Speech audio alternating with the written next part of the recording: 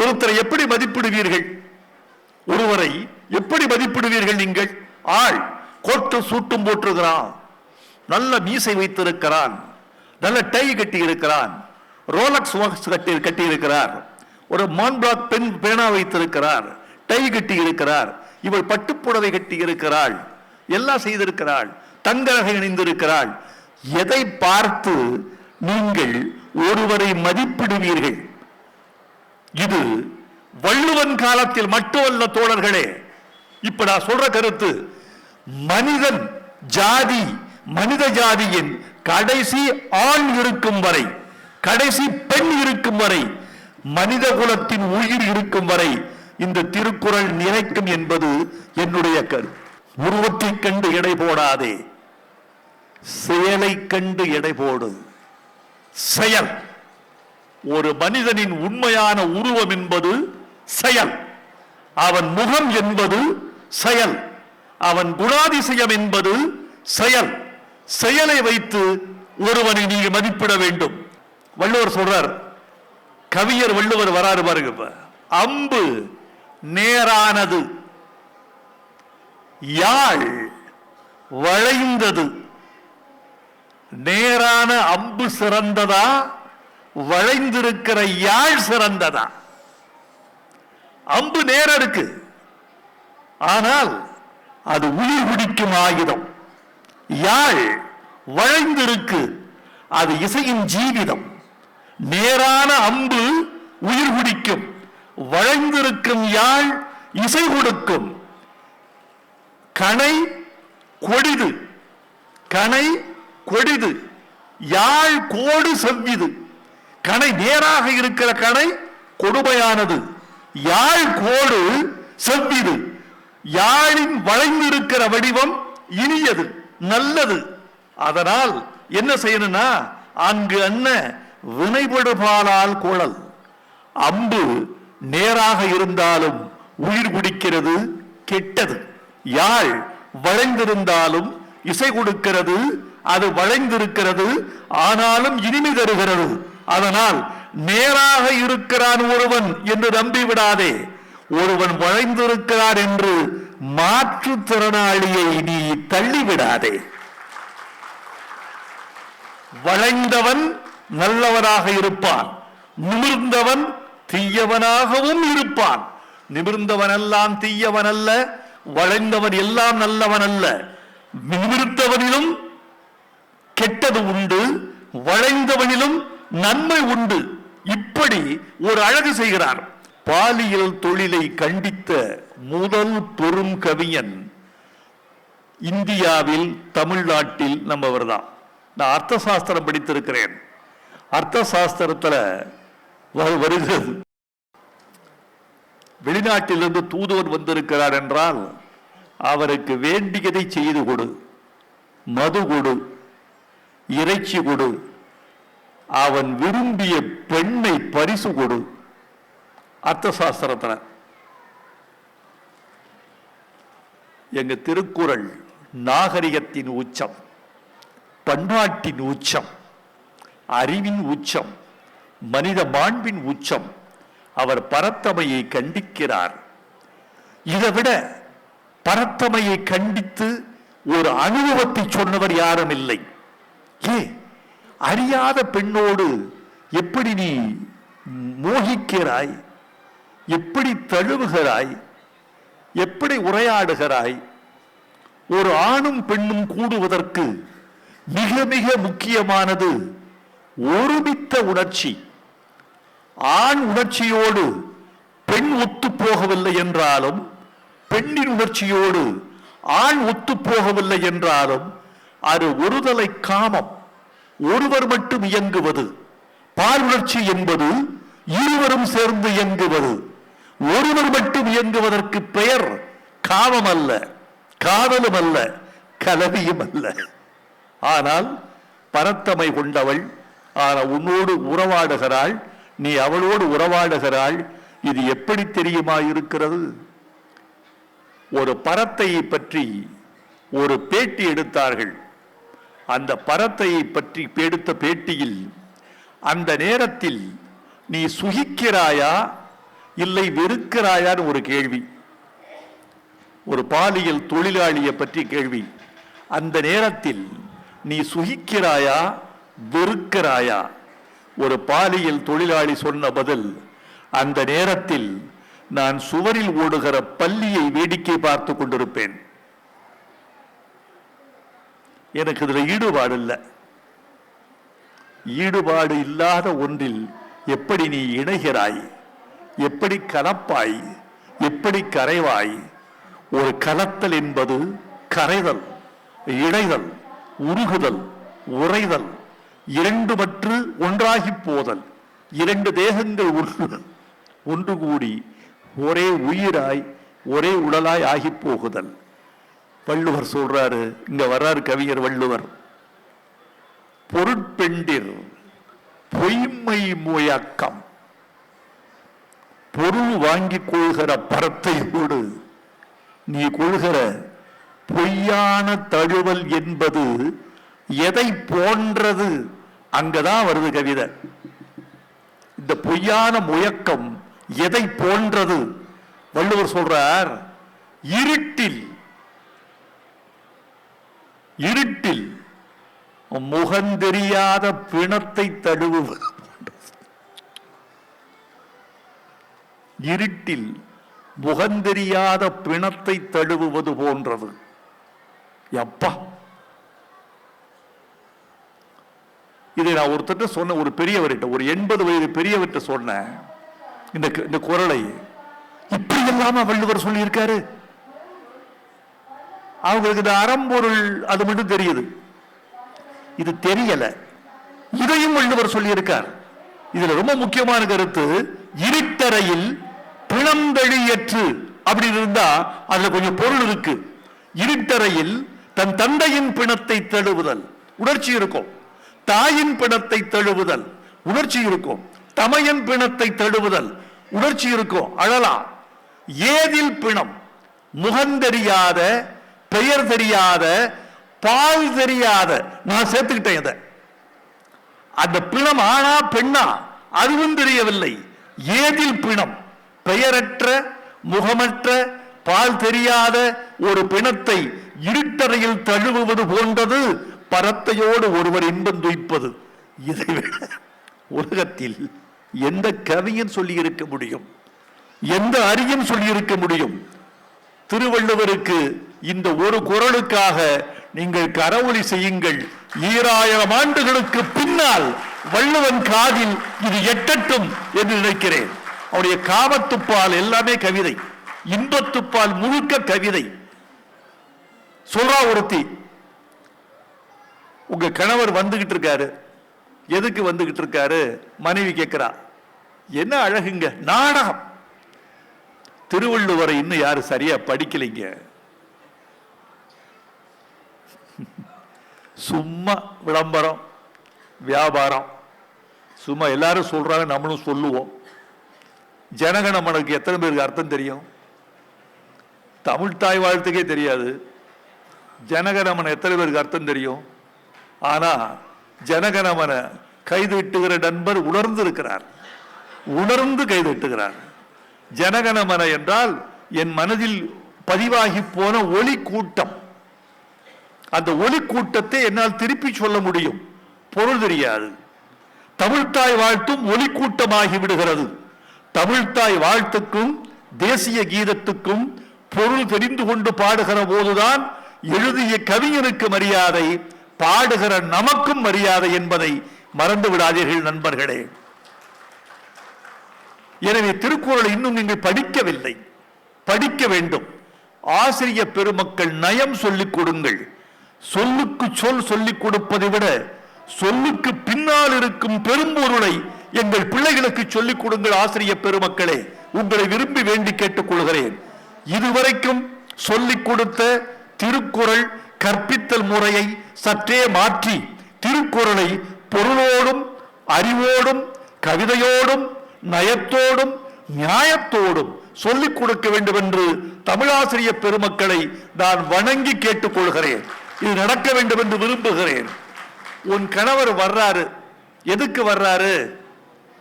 மனைவி கேட்கிற, எதுக்கு வர்றாரு? ஊருக்கு பிரிந்து போறாரு பொருள் தேடி, உன்கிட்ட சொல்லிட்டு போக போறேன் அப்படின்னு சொல்லிட்டு போக வர்றாரு. இது வரைக்கும் நாடகம். இப்ப அடிக்கிறா பாருங்க, மனைவி சொல்றா, போக மாட்டேன், உன்னுடைய இருப்பேன், பிரிய மாட்டேன் என்று சொல்வதாக இருந்தால் எனக்கு வந்து சொல்ல சொல். நுட்பமா பாருங்க. போக மாட்டேன், இங்கேயே இருக்கேன், பிரிய மாட்டேன் என்று சொல்வதாக இருந்தால் எனக்கு வந்து சொல்ல சொல். இல்ல போகத்தான் போறேன் என்று சொன்னால் அவர் திரும்பி வரும்போது யார் உயிரோடு இருப்பார்களோ அவர்களுக்கு சொல்லி சொல். செல்லாமை உண்டேல் எனக்குறை, மற்றவனின் வல்வரவு வாழ்வார்க்குறை. யார் உயிரோடு இருப்பார்களோ அவர்களுக்கு போய் சொல், எனக்கு சொல்லாதே. இது வள்ளுவர். காளிதாசன் சொல்லாதது, கம்பன் சொல்லாதது.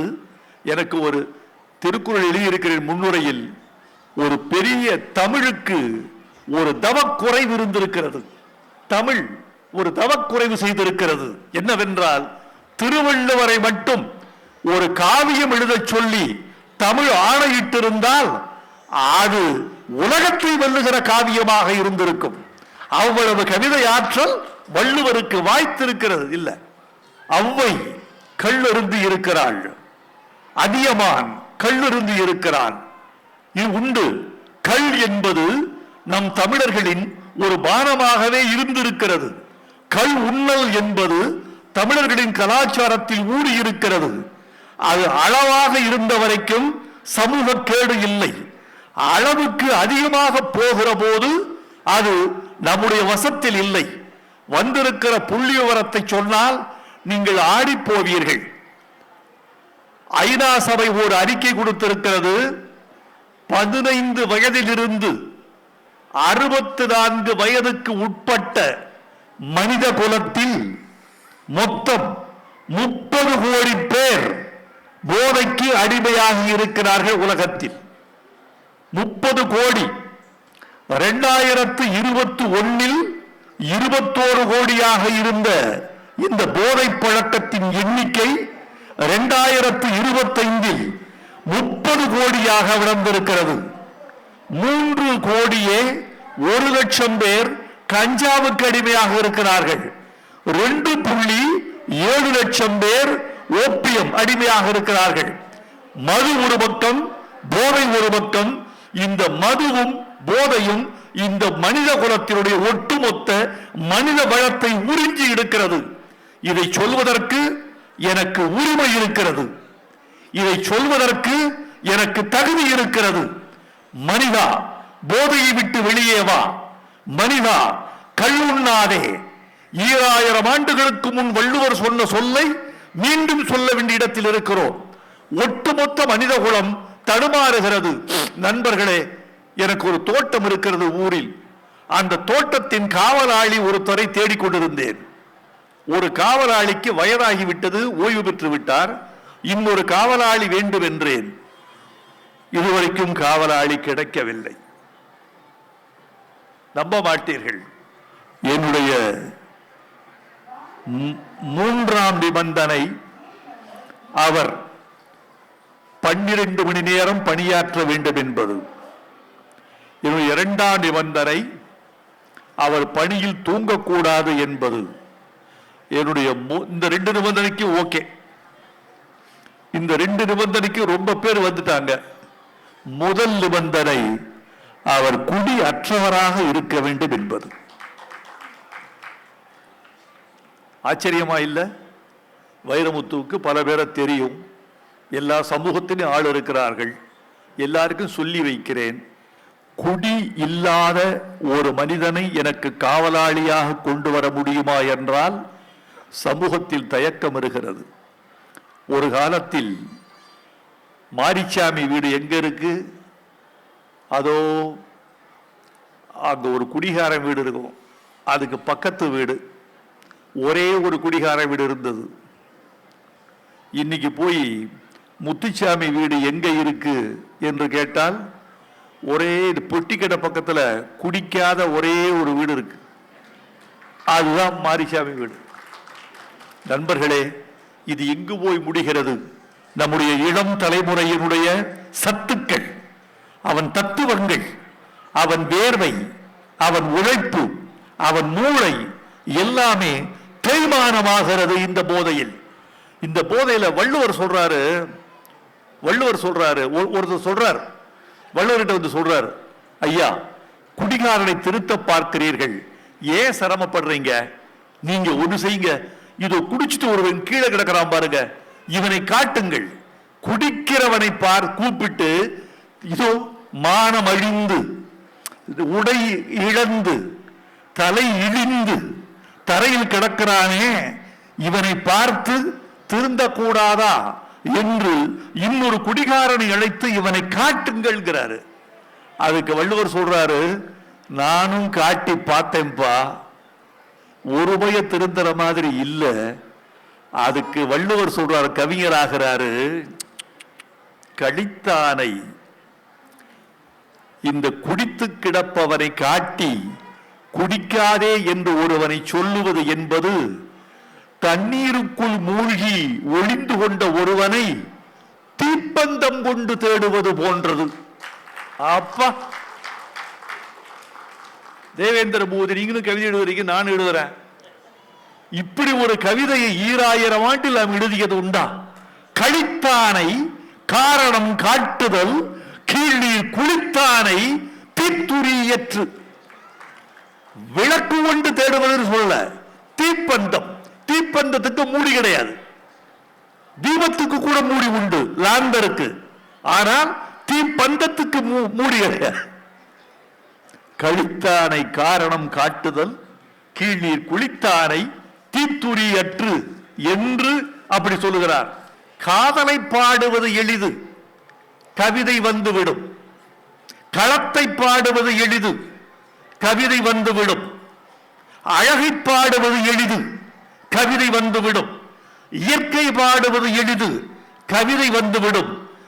அறம்பாடுகிறவனுக்கு கவிதை வருவது அரிது. அறம், அறம் என்பது ஒரு ஸ்டேட்மெண்ட், ஒரு வாக்கு மூலம். இதை செய்யாதே என்பது அறம், இதை செய் என்பது அறம். திருடாதே என்பது அறம், அறம் செய் என்பது அறம். இது ஒரு கட்டளை, இது ஒரு ஆர்டர், ஒரு ஸ்டேட்மெண்ட், ஆர்டர் அல்லது வாக்கு மூலம். இதை சொல்லுகிற பொழுது எப்படி கவிதை வரும்? திருக்குறளை பார்த்து நான் ஆச்சரியப்படுகிறேன். திருக்குறளை போல உலகத்தில் ஒரு நூல் தன்னை மட்டுமே நம்பி 2000 ஆண்டு இலங்குகிற நூல் ஒரே நூல் திருக்குறள் மட்டும்தான். ஏன் தெரியுமா தோழர்களே? உலகத்தில் மற்ற மெய்நூல்கள் எல்லாம் அரசை சார்ந்து இயங்கின, சமயத்தை சார்ந்து இயங்கின. சமயம் ஒரு நூலை தன் தோள்களில் தூக்கி வைத்துக் கொண்டது, அரசாங்கம் ஒரு நூலை தன் தோள்களில் தூக்கி வைத்துக் கொண்டது.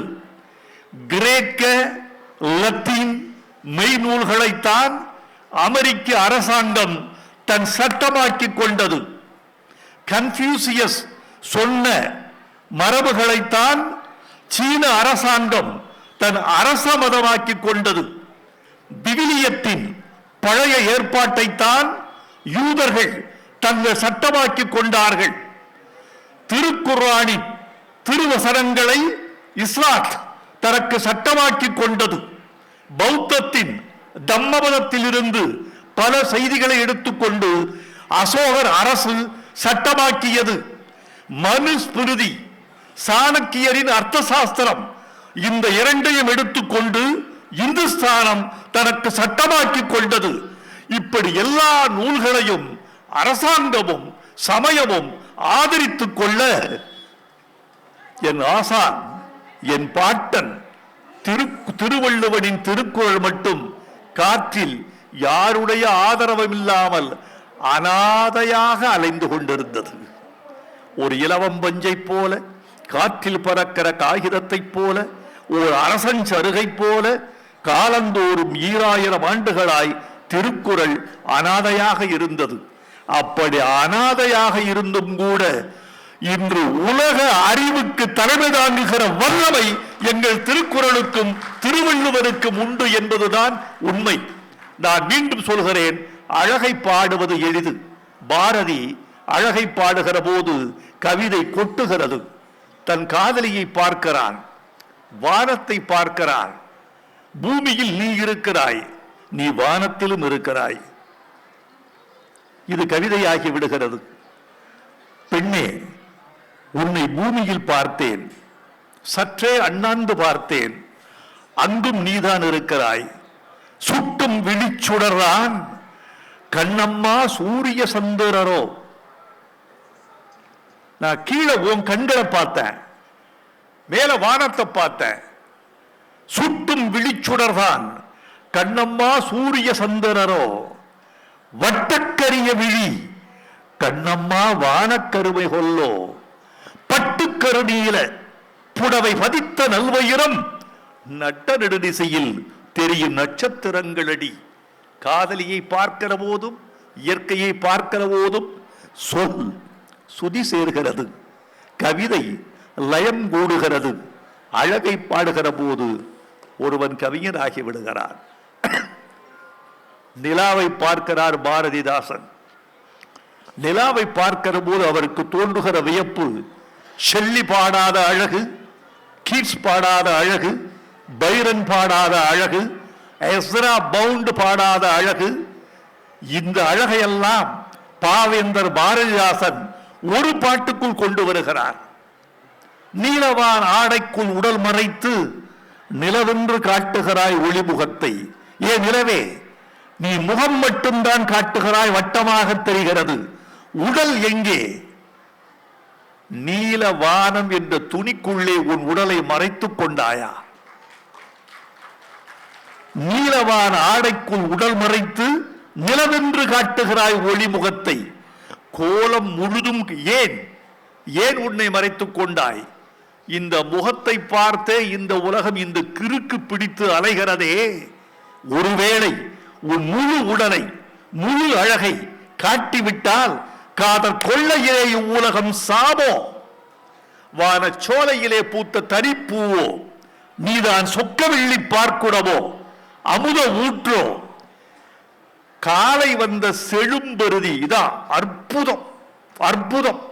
காலை வந்த செழும்பருதி கடலில் மூழ்கி, காலையில சூரியன் வந்தது, மாலையில அது மறைந்து விட்டது.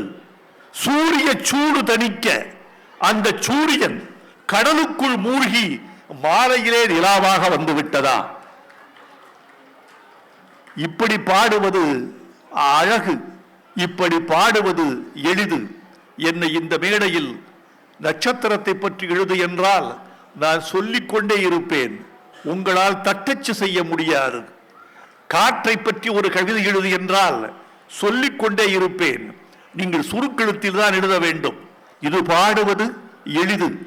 அறம்பாடும் போது ஒருவன் கவிஞராக இருப்பது கடிது தோழர்களே. அதைத்தான் எங்கள் திருவள்ளுவர் என்ற பேராசான் செய்திருக்கிறார். இதை நினைத்து நினைத்து கவிதை எழுத தெரிந்தவர் என்கிற முறையில் நான் வியந்திருக்கிறேன், வியந்து வியந்து மயங்கி இருக்கிறேன். பீலிபை சாகாடும் அச்சு உறும் அப்பண்டம் சால மிகுத்து பெயின் வலியறிதல் என்கிற ஒரு அதிகாரத்தில் சொல்றாரு. ஒரு மனிதன் எவ்வளவு வலிமை உள்ளவன் என்பதை ஒரு அடையாளப்படுத்திக் கொள். உனக்கு எவ்வளவு வலிமை இருக்கிறது? எல்லை மீறி போனால் உன் வலிமை அழிந்து விடும். எல்லை மீறி போனால் உன் வலிமை அழிந்து விடும். எப்படி? மயில் தோகை இருக்கிறதே, மயில் தோகை மிக மெல்லியது, மிக மெல்லியது. இந்தியாவின் மயில் தோகையை சாலமன் ஏற்றுமதி கொண்டு போனான் என்று பழைய கதை இருக்கிறது.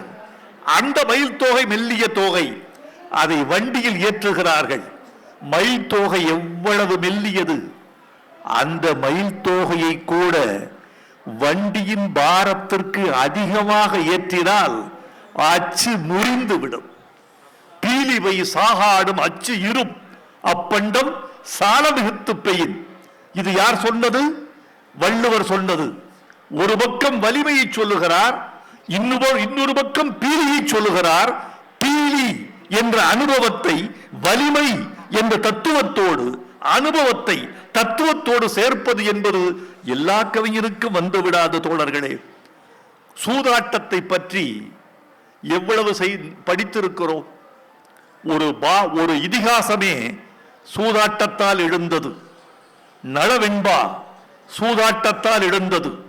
மகாபாரதம் சூதாட்டத்தில் எழுந்து போரில் முடிந்தது. அந்த சூதுக்கு தமிழன் அடிபணிந்து விடக் கூடாது.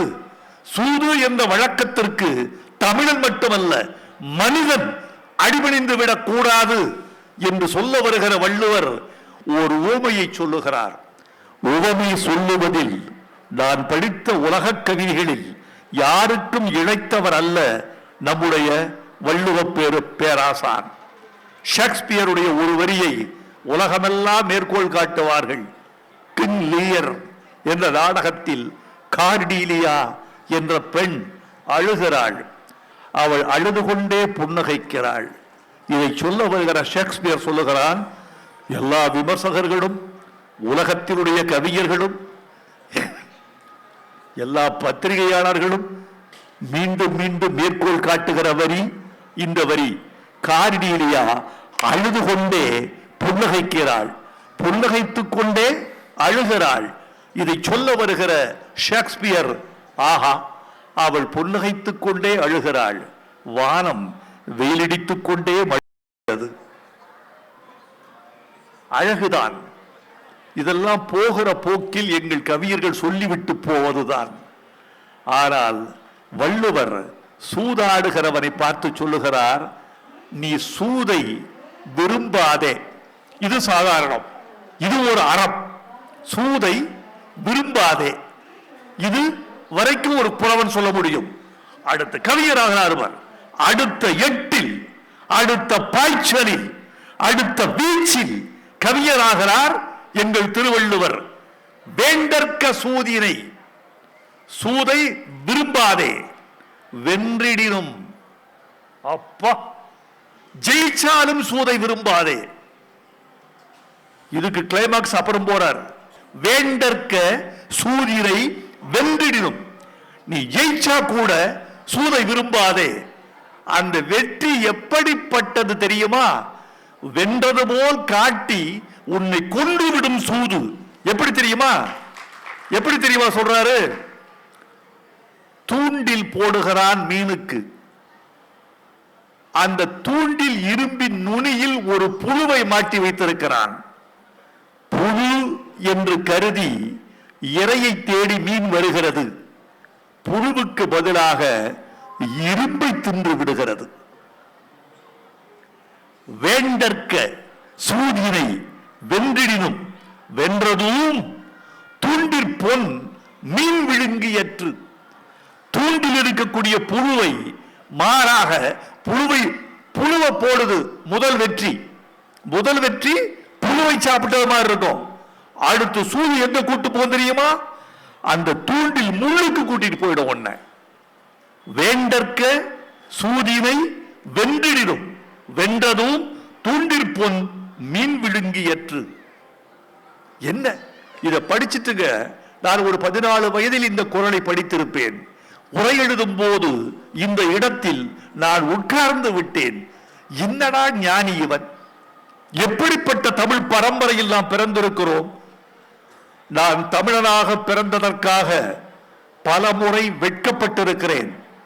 ஆனால் வள்ளுவன் என்ற ஒரு பெருமை நினைக்கிற போது எல்லா வெட்கங்களும் துடைக்கப்பட்டு விடுகின்றன. என் உயரம் கூடி வருகிறது, என் தோள் அகலம் பெறுகிறது, என் மார்பு விரிகிறது, என் மானம் உயர்கிறது, என் ஞானம் வளர்கிறது என்று சொல்ல வேண்டும் என்று ஆசைப்படுகிறேன். விண்மீன்களை முட்டாள்கள் என்று திட்டுகிறார் வள்ளுவர். யாருக்காவது தோணுமா? விண்மீன்களே, நீங்கள் முட்டாள்கள், ஏன் துடிக்கிறீர்கள், ஏன் கண்ணடிக்கிறீர்கள்? ஓஹோ, ஒரு பெண் இருக்கிறாள், அழகிய பெண், பக்கத்தில் நிலா இருக்கிறது. இதில் எது நிலா எது அவள் முகம் என்று கண்டுபிடிக்க முடியவில்லை. அதனால் நீங்கள் கண்ணடித்து கலங்குகிறீர்கள். உங்களுக்கு தெரியல எது நிலா எது முகம்னு தெரியல, மின்னிக்கிட்டே இருக்கிறீங்க, கண்டுபிடிக்க முடியல. இது வள்ளுவருடைய ஒரு குறள். அடுத்த குறள்ல விடை சொல்றார். முகனும் மதியும் முகனும் அறியா பதியில் கலங்கிய மீன், அது வரைக்கும் வர்றாரு. அப்புறம் சொல்றாரு, இது கூட தெரியலையா உங்களுக்கு? இதுல எது நிலா எது முகம் தெரியலையா? நிலா தேஞ்சு தேஞ்சு வளரும். என் அழகு கண்ணு முகம் தேயவே தேயாது. விண்மீன்களே, உங்களுக்கு அறிவில்லையா?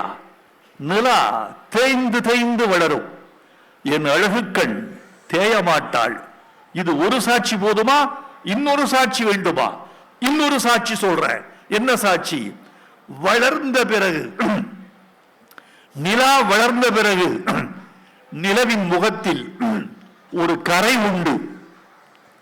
என் அழகு கண்ணின் முகத்தில் கரை இல்லை. கரையும் கிடையாது, தேய்தல் என்ற குறையும் கிடையாது. விண்மீன்களே, அறிவிருக்கிறதா? இதை வைத்து கண்டுபிடிக்க முடியாதா எது நிலா எது அவள் முகம் என்று? அப்பா நண்பர்களே, ஒரு அழகான விஷயத்தை சொல்லி நிறைவு செய்ய வேண்டும் என்று ஆசைப்படுகிறேன். அழகை பாடுவதில் தமிழனுக்கு இணையான மொழி எதுவும் இல்லை. அழகை ஆராதித்தவன், அழகையே கடவுளாக தொழுதவன். முருகன் என்ற சொல்லுக்கே அழகன் என்று பெயர், முருகு என்ற சொல்லுக்கே அழகு என்று பெயர். ஏனென்றால் அழகே கடவுள், கடவுளே அழகு என்று கண்டவன் தமிழன். எது எது அழகோ அதெல்லாம் கடவுள், எது எது கடவுளோ அதெல்லாம் அழகு. இப்படிப்பட்டவன் தமிழன். இப்படி இயற்கையை துய்த்தவன்.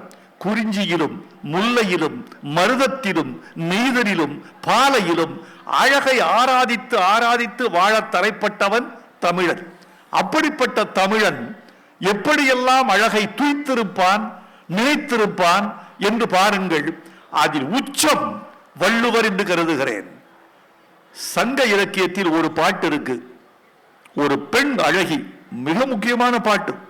தமிழில் யாரும் மறுக்க கூடாத, மறுதலிக்க முடியாத, மேற்கோள் காட்டத்தக்க, தெரியாதிருந்தால் தெரிந்து கொள்ள, எழுதாதிருந்தால் எழுதிக் கொள்ள நான் சொல்லுகிற இந்த பாட்டு பயன்படும். பெண்ணே, ஏன் வெளியே வந்த?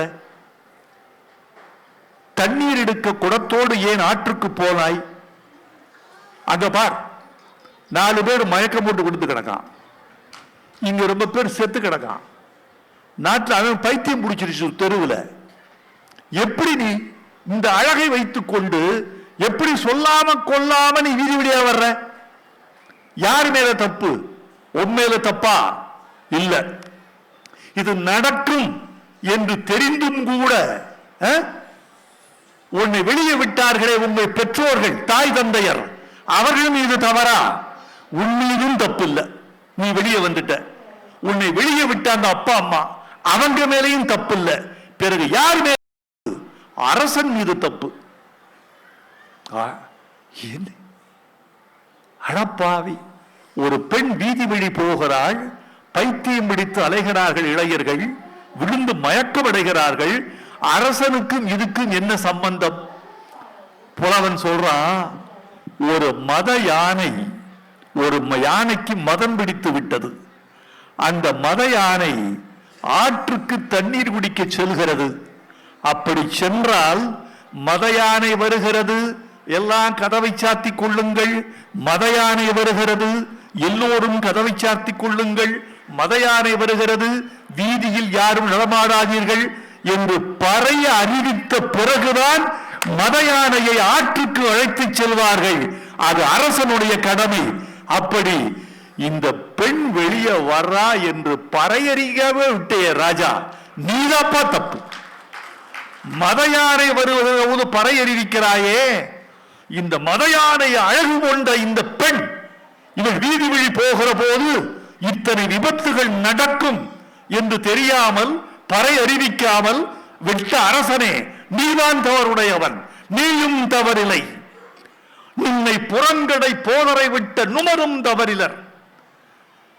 நிறையடி கொள்யானை நீர்க்கு விட்டாங்கு, நிறையடி கொள்யானை நீர்க்கு விட்டாங்கு பறையறைந்து அல்லது செல்லற்கவென்னா இறையே தவறுடையான், அரசனே தவறுடையவன். ஒருத்தி அழகி என்பதை அரசன் மீது பழி போட்டு எப்படியெல்லாம் சொல்லி இருக்கிறான் தமிழன். என்ன அழகு! இந்த கோட்டோவியத்துக்கு இணையாக வேறொரு ஓவியம் இருக்க முடியுமா? இவர்களை எல்லாம் நம்ம திருவள்ளுவர் என்ற தாடிக்காரன் தாண்டி விடுகிறான். திருவள்ளுவர் என்ற தாடிக்காரன் தாண்டி விடுகிறான். அதோ போகிறாளே ஒரு பெண், அழகி, 16 வயது பெண், வாலிப வாழிப்பு உள்ளவள். அவள் கண்கள் குவளைப்பூ, காது வள்ளைப்பூ, மூக்கு எட்பூ, தனங்கள் தாமரைப்பூ, விரல்கள் காந்தல் பூ, நெஞ்சிலே தாமரைப்பூ. அழகி, இவள் ஏன் இறந்துவிடப் போகிறாள்? அவள் அனிச்சப்பூவை சூடிக்கொண்டாள், இறந்துவிடப் போகிறாள். அனிச்சப்பூ என்ன நச்சுப்பூவா? நோப்பக்குழையின் அனிச்சம், முகம் திரிந்து நோப்பக்குழையின் விருந்து. அவள் மென்மையான பூவாயிற்றே. அனிச்சப்பூவை சூடியதனாலா அவள் இறந்து போவாள்? இல்லை இல்லை, அனிச்சப்பூவை காம்பை கிள்ளாமல் சூடிக்கொண்டாள். அந்த காம்பின் எடை தாங்காமல் இடை முறிந்துவிடப் போகிறது, இறந்துவிடப் போகிறாள். அனிச்சப்பூ கால் களையால் பெய்தால் முசுப்பிற்கு நல்ல படாபறை. வள்ளுவன் 2000 ஆண்டுகளுக்கு முன்பு இந்த தாடிக்குள் ஒளிந்திருந்த குசும்பை பார்த்தீர்களா? 2000 ஆண்டுகளுக்கு முன்பு என் பாட்டன் எவ்வளவு காதலனாக இருந்திருக்கிறான், கலைஞனாக இருந்திருக்கிறான், ரசிகனாக இருந்திருக்கிறான், வாழ்க்கையை எப்படி துய்த்திருக்கிறான். அந்த மகாகவிக்கு வணக்கம். நண்பர்களே, திருவள்ளுவரை உள்ளத்துக்குள்ளும் இல்லத்துக்குள்ளும் ஏற்றுங்கள். தேவேந்திர பூபதி இங்கே பேசுகிற போது கடைசியாக ஒரு வார்த்தையை சொல்லிவிட்டு போனார். தமிழை நீங்கள் பாதுகாக்க வேண்டும், தமிழர்கள் தமிழாக பேச வேண்டும் என்று சொல்லிவிட்டு போனார். நண்பர்களே, தமிழ் புனல் கொண்டது கொஞ்சம், அனல் கொண்டது கொஞ்சம், மணல் கொண்டது கொஞ்சம். அனலும் புனலும் மணலும் கொண்டது போக, திண்டது போக, புதைத்தது போக மிச்சம் உள்ளதுதான் தமிழ். இந்த தமிழை ஒவ்வொரு தமிழனும் தன் வீட்டு சொத்தாக, நாட்டு சொத்தாக கொள்ள வேண்டும். வாழ்க திருவள்ளுவர், வெல்க திருக்குறள், வளர்க எங்கள் தமிழர்கள் என்று வாழ்த்தி விடைபெறுகிறேன். நன்றி, வணக்கம்.